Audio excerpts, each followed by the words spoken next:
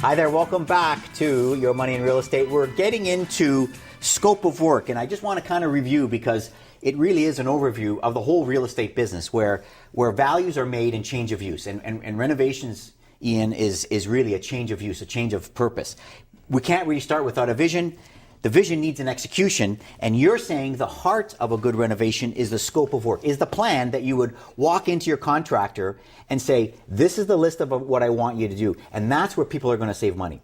So Absolutely. to create that list, we have to start with the end, which is understanding what it is, have a clear vision, and then we got into a little bit of a funky area. That's my thing. That's my thing. Called the decision maker, which is the middle-aged woman. So let's pick it up from there so we can get through all the steps of the scope of work. So here's where most people, the wheels fall off. They start out with a vision. They're not sure if the vision is going to work. My specific niche market is middle-aged women because I design to their needs. Okay. The next step would be, what am I doing with this property? How am I going to orchestrate it? What products am I putting into this particular project that are going to feed my vision, that are going to feed my execution? So when you mean products, are you talking about particular materials? Exactly. The type of material? Exactly. Okay. Because the type of my materials are going to determine who I'm going to be hiring. So in other words, if we're going to be putting in ceramic tiles versus a wood floor, there's a different contractor involved, is what you're saying? Absolutely. Like there's three basic contractors. The first contractor is two guys in a van. So one guy is really good, and the other guy got laid off and is going to help another guy. And they're good for specific different niche things. Okay. The next one that's in the book as well is I call them media darlings. And these are people that grew up in the last 10 years that started doing renovations and watch people on TV and copy everything they say and do and try to reproduce what's going on TV. And I like that. Okay. The third one is professionals, people that are skilled trades, drywallers, electricians, plumbers. So I need to know who I'm hiring to do these specific things. And I don't know that until what materials I'm going to use. I do not know what materials I'm going to use until I know who's going to be renting from me, until I know what the vision is. Got it. Works it backwards. So the materials dictates who you hire. Absolutely. Is there money savings in that? I mean, obviously, the professional guy you're talking about, $60 to $80 an hour for an electrician, whereas the two guys in the van, $15, $20 an hour, Yeah, there's a ton, but where the wheels fall off of scope of work is most investors, most do-it-yourselfers do not spend the time in planning out their scope of work, knowing exactly what paint colors we're using with the skew. So my scope of work, I'll give you an example. My scope of work is, here's a room 10 by 10. I want all the walls sanded. I want all the covers taken off, receptacle covers. I want all the walls swept, so there's no cobwebs in the corners. I want all the holes filled, sanded, primed. So I mean, because you're speaking directly to me. I mean, like I would get a guy, and because I'm so busy and running around, I'd hire a guy and say, here, you see this? Just fix it. The walls and everything. You're saying no. Break it down so That's there's right. no question. He's got to fix this one. Take all the receptacle closures off. You actually step everything up. So here's the thing where they say contractors are bad, and here's where I disagree with them. If I'm giving you a detailed, organized scope of work, okay, and let's say before I was writing books and doing my own flips, I used to charge $1,500. I'd come in, I'd give you a scope of work. I don't do that anymore, so don't call me for that, please. Oh, cool. But there's a job for someone if they want. There's a great job. Yeah. Wow. So basically, I'm organizing your job. So I'm giving you a contractor. I'm giving you basically a Bible to follow. This is exactly what you need to do. When we get to a point where there's a mistake, it's very hard for you to come back to me and say, well, I didn't understand. I didn't understand that you wanted me to sand everything. I didn't understand that you wanted me to paint the walls with this particular paint that's at Home Depot under this skew. I didn't understand that you wanted me to caulk the trim and fill the nail holes. Well, I don't understand. I'm not sure what you mean, but it's all here. So I'm also doing another thing. I'm scaring away insecure contractors. Yeah, you would be. Right? Because I'm giving them 15 pages of stuff. You want to quote on something? Quote on this. Right.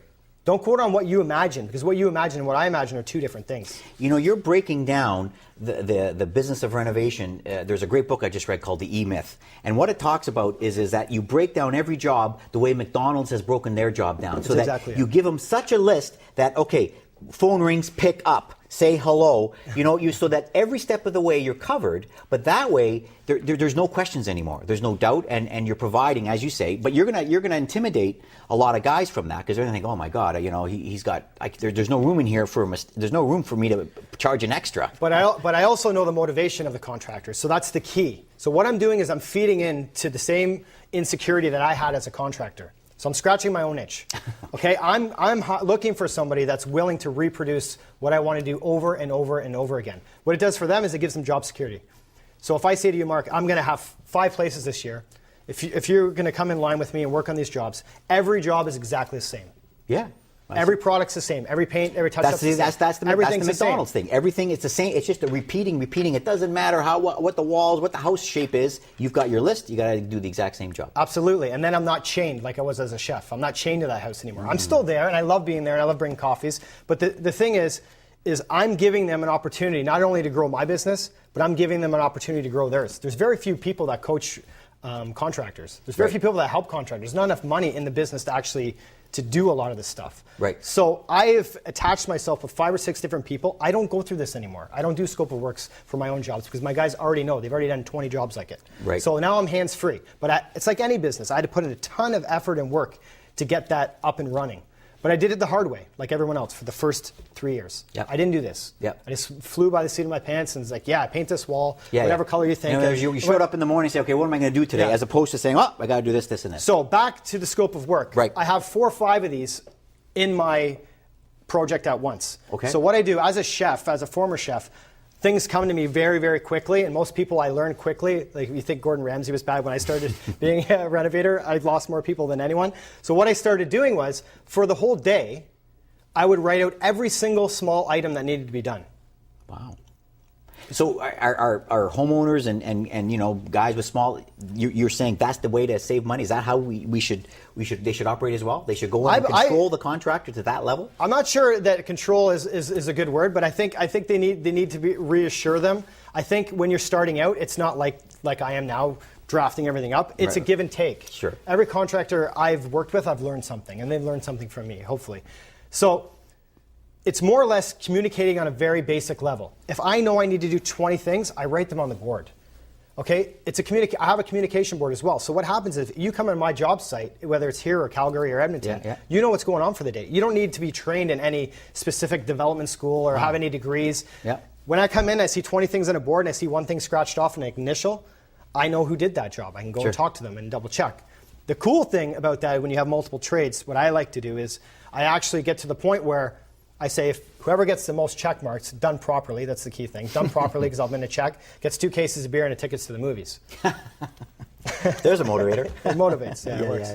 I wanted to we need to wrap this up because we only got a few minutes, and I know that there's a bunch of other things I'd like to talk to you about. Absolutely. So I just want to review that for anyone out there, that it's going to be the scope of work. I mean, if we can summarize, Rent Us to Riches, you would say that that's in there, but the number one thing to focus in on is drafting out your scope of work and detailing every little thing, and that's all in here. And again, for those of you watching, give us a call. You get a free book by giving us a call. Ask a question. We'll get into that. But I want to talk about what you're doing in the future, because you've got something really cool coming up. Why don't you talk a little bit about your new book and Flip School? Wicked. So my next book, this is basically an entry-level book to give you some tips to get to where you need to go. Sure. Find and Fix is a new book coming out. So what's it called? Find and Fix. Sorry. Flip and Fix. Flip and Fix. Yeah, okay. Sorry, my fault. And it's co-authored with Mark Loeffler. And basically what it is, it's basically what I do every day. So I find houses, I fix them up, I sell them, I refinance them, and I go from there. So it's an advanced version of this book.